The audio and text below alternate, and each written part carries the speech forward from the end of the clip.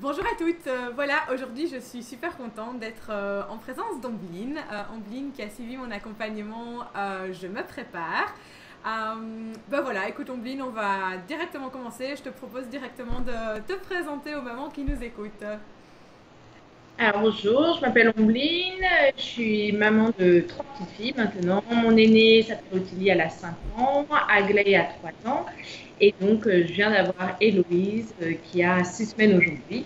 On vit actuellement à Pittsburgh, en Pennsylvanie et voilà, et c'est notre troisième année et on enchaîne pour une quatrième année. Voilà. Super. Alors, est-ce que tu pourrais expliquer un petit peu dans quelle situation tu étais avant de me contacter, un petit peu le pourquoi, voilà, est-ce que tu as voulu te préparer à ce à cet allaitement? Alors, pour mes deux aînés, je les ai pas allaités.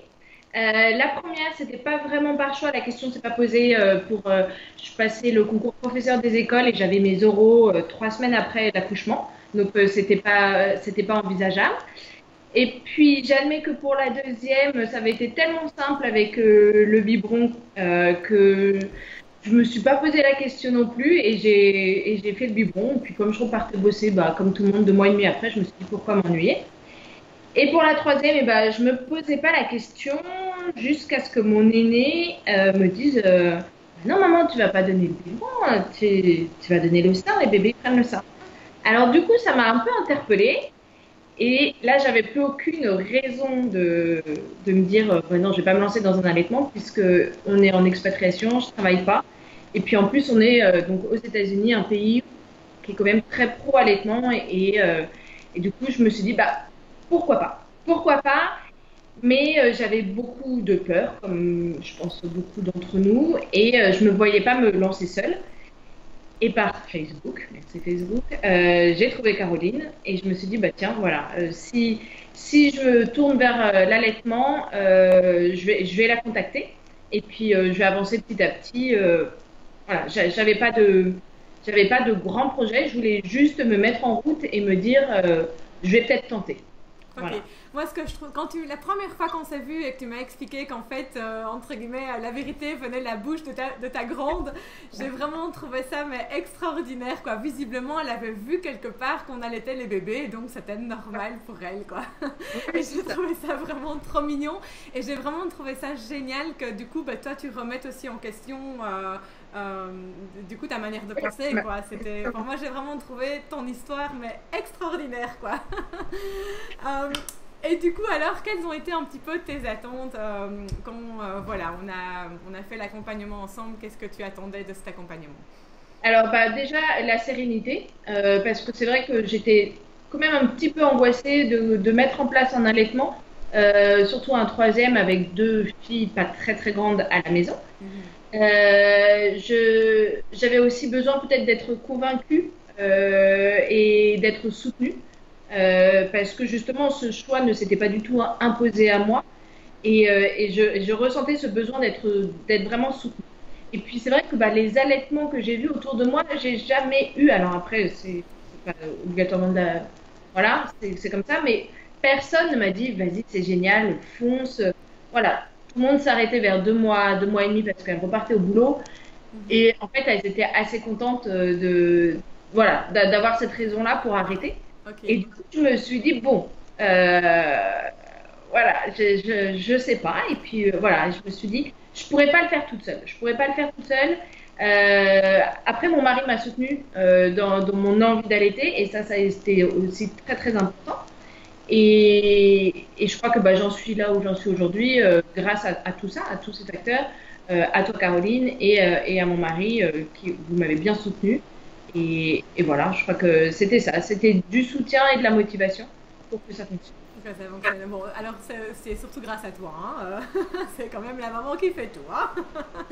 Et alors, et c'est vrai que le mari, bon, j'en ai déjà parlé dans des interviews, il est vraiment super, super, super important, hein. Ça Ouais, reste le numéro un, le soutenant numéro un, je pense, hein. ouais, c'est ça. Au-delà Ouais, de moi et de l'accompagnement, c'est vraiment, voilà, le mari a un rôle très, très, très important.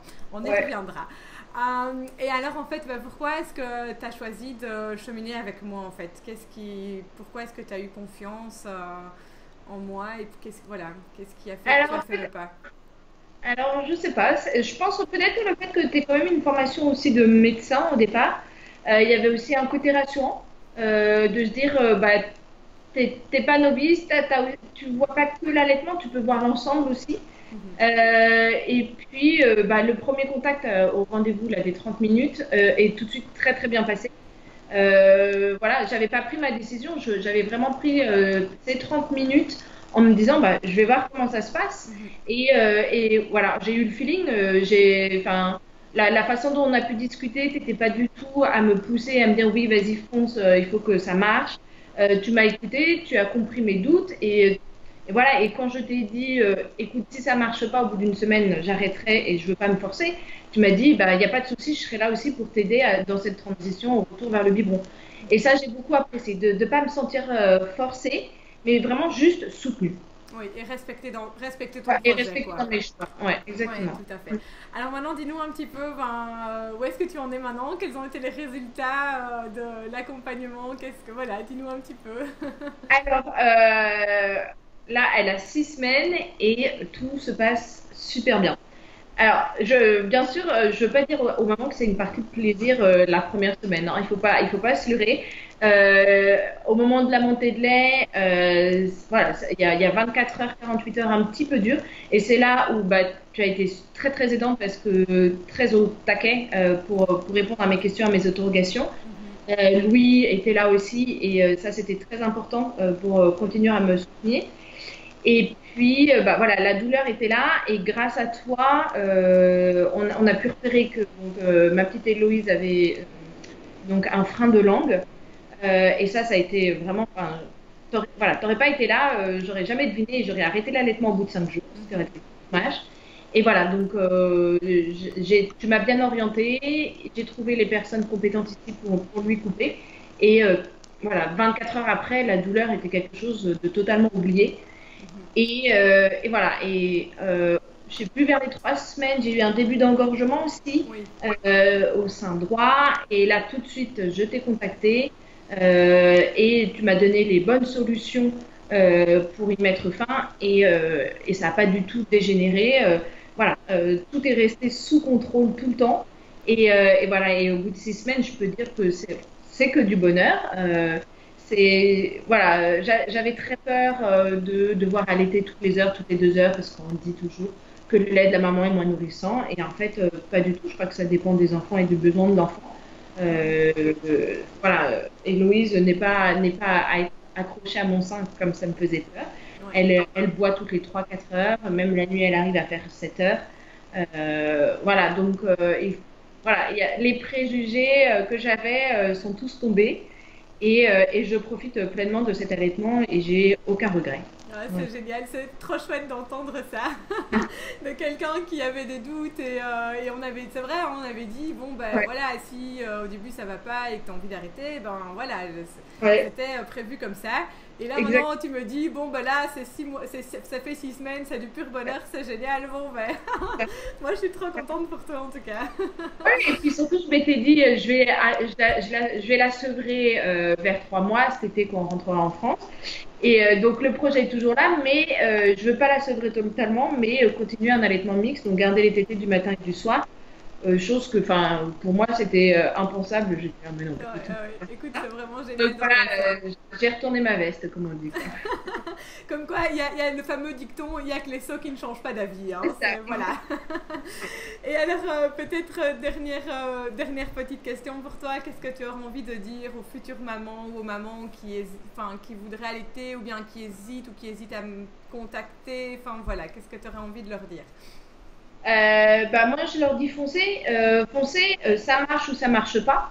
Finalement, tant qu'on n'a pas tenté, ouais, on peut pas se dire que les choses ne vont pas marcher ou que ça va être compliqué. Voilà, je crois aucune pression. Il faut se mettre aucune pression, se dire que bah, il y a quand même quelque chose de naturel là-dedans et que on va y arriver. Après, je l'aurais pas fait sans accompagnement. Et ça, c'est quelque chose que bah, je te l'avais dit hein, d'ailleurs. Je pense que même si c'est naturel, il y a des choses à connaître, comment Oui. positionner son bébé, être rassuré. On a des sentiments et je crois que tout accompagnement est nécessaire parce que on est en plus dans une phase. Alors moi, c'était ma troisième, alors je n'avais pas ces sentiments-là.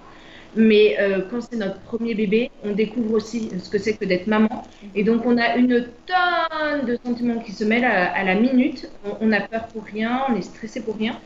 Et être accompagné permet de relativiser beaucoup de choses et nous permet d'être en confiance, en fait. De se dire, si ça ne va pas, j'ai quelqu'un vers qui me tourner. Et donc, voilà, il n'y a pas de panique, il y a la sérénité. Et je crois que pour qu'un allaitement fonctionne, il faut être sereine. Et, et moi, la sérénité, je l'ai trouvée par être accompagnée. Et je pense que c'est ce qui manque à beaucoup de mamans.